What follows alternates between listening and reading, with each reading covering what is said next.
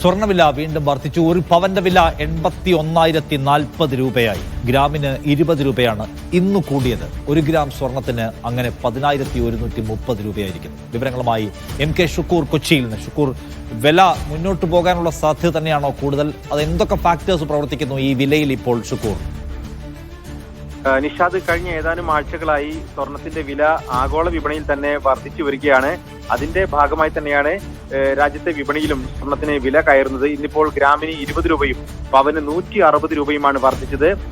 ഒരു ഗ്രാമിന്റെ ഇന്നത്തെ വില 10,130 രൂപയാണ്. ഒരു പവന്റെ വില 81,040 രൂപയാണ്. ഇത് ആഭരണമായി വാങ്ങുമ്പോൾ വീണ്ടും 10,000 രൂപ വരെ വർദ്ധിക്കാനും സാധ്യതയുണ്ട്. ആ അർത്ഥത്തിൽ വലിയ ഒരു തുക തന്നെ ഇപ്പോൾ സ്വർണത്തിന് വേണ്ടി ചെലവഴിക്കേണ്ട സ്ഥിതി ഈ വിവാഹ പാർട്ടികൾക്കടക്കം എല്ലാം ഉണ്ടായിട്ടുണ്ട്.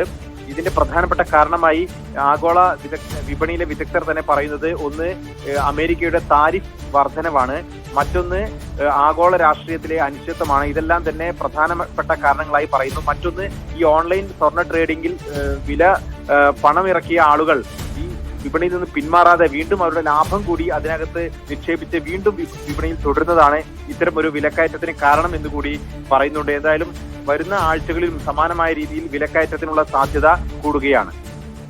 ശരി.